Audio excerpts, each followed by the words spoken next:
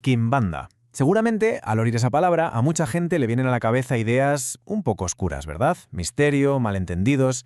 Pero, ¿y si te dijera que detrás de todo eso hay una historia cósmica increíblemente profunda? Pues eso es justo lo que vamos a hacer. Vamos a ir a sus cimientos para entender de verdad de qué va todo esto. A ver, seamos sinceros. Satanismo, magia negra, son las etiquetas que se le suelen poner, ¿a que sí? Pero, ¿es eso cierto? ¿O estamos ante algo mucho, mucho más complejo? Bueno, para averiguarlo, vamos a meternos de lleno en sus mitos de creación, a separar el grano de la paja y a ver qué nos encontramos.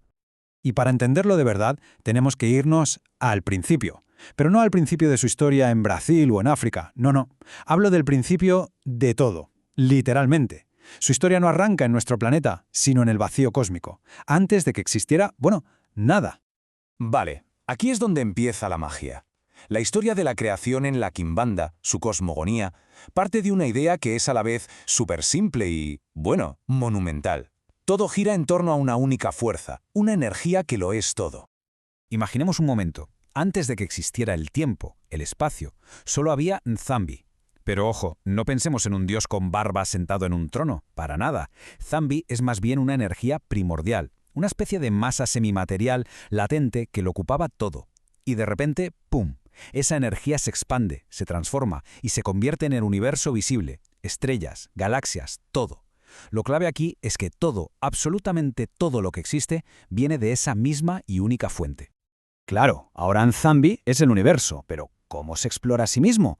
¿Cómo llega a esos rincones más oscuros, donde su luz no penetra del todo? Pues hace algo increíble, concentra una parte de su propia esencia y crea el primer ser de todos. Le da el nombre de Exu. Y aquí viene un detalle importantísimo, de verdad fundamental. Exu no es ni hombre ni mujer, es las dos cosas a la vez. Una naturaleza dual que es, en el fondo, el reflejo perfecto de la totalidad de la que proviene.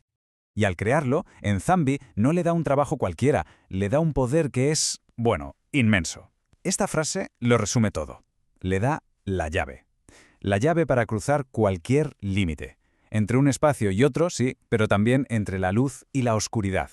Exu se convierte de golpe en el guardián de todas las fronteras, el único que puede moverse libremente entre los opuestos del cosmos. Pero sus poderes no se quedan ahí, ni mucho menos. Exu no es un simple mensajero. ¿Qué va?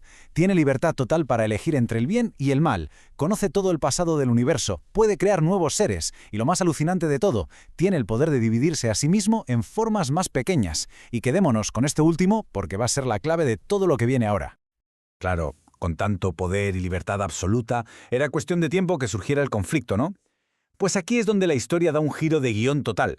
Un giro dramático que va a establecer esa dualidad que es el corazón mismo de la Kimbanda. Resulta que Exu, en sus viajes por el cosmos, se metió en los lugares más oscuros, en esas zonas de sombra donde la energía de Nzambi era más débil. Y ahí se sintió poderoso, único.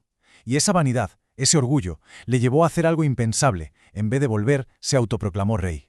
El rey de las zonas oscuras. Pero claro, un reino tan vasto, casi infinito, es imposible de gobernar por uno solo. Así que, ¿qué hizo Exu? Pues echó mano de ese superpoder que le dio Nzambi, recordamos, el de dividirse. Se partió, por así decirlo, en 7 versiones de sí mismo. 7 reyes, cada uno con su propio poder, para gobernar los distintos territorios de su nuevo imperio. Y ojo, que esta división no fue una cosa hecha al azar, para nada. Con ella se creó toda una estructura, una jerarquía espiritual que es básicamente el mapa que organiza todo el universo de la Kimbanda. Vamos a ver cómo funciona. La estructura queda bastante clara. Cada uno de estos 7 reyes, que al final son como facetas del Exu original, se encarga de un dominio concreto. Tenemos al rey de las 7 encrucilladas, que gobierna los cruces de caminos, que son como portales espirituales, al rey de los 7 cruceiros en los cementerios, al rey de Akalunga en el mar, y así. Entre todos forman el panteón, digamos el gobierno principal de la Kimbanda. Pero la cosa no acaba con los 7 reyes. La creación siguió, como una especie de reacción en cadena, y aparecieron un montón de espíritus menores. El problema fue que los últimos en nacer eran, muy débiles. No tenían poder, no encajaban en la nueva jerarquía. Se sintieron totalmente fuera de lugar, excluidos. ¿Y qué hicieron? Pues rebelarse contra su propio creador, Exu-Rey. A estos rebeldes se les conoce como Kiumbas o Kiumbas, espíritus no iluminados. Como castigo, Exu-Rey los desterró a una especie de limbo oscuro, sin forma. Por eso es tan importante entender que en la Kimbanda no se les adora. Todo lo contrario, se les considera fuerzas perturbadoras, negativas, y una parte muy importante de los rituales es precisamente mantenerlos a raya, que no interfieran. Vale, hasta ahora todo esto suena a mitología pura y dura, ¿verdad? Un cuento cósmico. Pero ¿dónde conecta todo esto con nuestro mundo, con la historia real? Pues la respuesta está en un viaje forzoso desde África hasta Brasil. A ver, la Kimbanda que conocemos hoy es el resultado de una mezcla brutal, de un sincretismo que ocurrió en Brasil. Por un lado, tenemos las tradiciones bantúes de Angola y el Congo.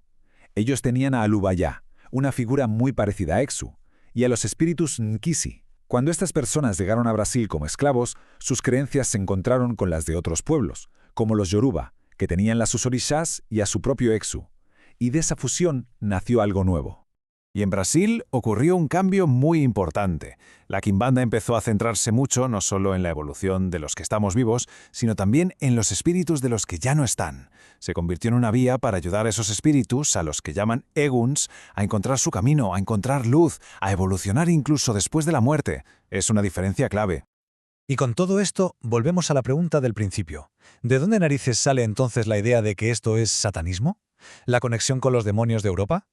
Pues la respuesta, una vez más, es el sincretismo. Pero un sincretismo muy particular y, la verdad, bastante mal interpretado. Pensemos en la situación. Para poder practicar su fe en un entorno católico, tuvieron que camuflar a sus entidades. Fue fácil con los orishas, que se podían asociar con los santos. Pero ¿qué pasaba con los exus? Eran figuras más terrenales, más transgresoras. No había ningún santo que se les pareciera. ¿Cuál era la única referencia en la cultura europea para un ser poderoso que gobierna las encrucijadas o los cementerios? Pues sí, la demonología. Así que nombres como Astaroth o Lucifer se asociaron a los reyes de Kimbanda, pero no porque fueran el mal, sino porque no había otra cosa con que compararlos. Así que en el fondo queda claro que la Kimbanda no va de adorar el mal, para nada. Es un camino para aprender a moverse en la dualidad. No ven el bien y el mal como dos ejércitos enfrentados, sino como las dos caras de la misma moneda, como la luz y la oscuridad. El objetivo no es rendirle culto a lo negativo, sino entender que todas las fuerzas existen y aprender a trabajar con ellas para encontrar el equilibrio, para evolucionar en vida y después de ella. Y todo esto nos deja con una pregunta final para reflexionar. Toda la historia de la Kimbanda es una historia de adaptación, y es curioso porque el mismo proceso que la llevó a ser mal interpretada, ese sincretismo, fue también lo que le permitió sobrevivir. Así que la pregunta es inevitable. ¿Es el sincretismo una forma de corromper una fe o es en realidad su mejor herramienta para no desaparecer? Una pregunta que la verdad se puede aplicar a muchísimas otras historias, ¿no creen?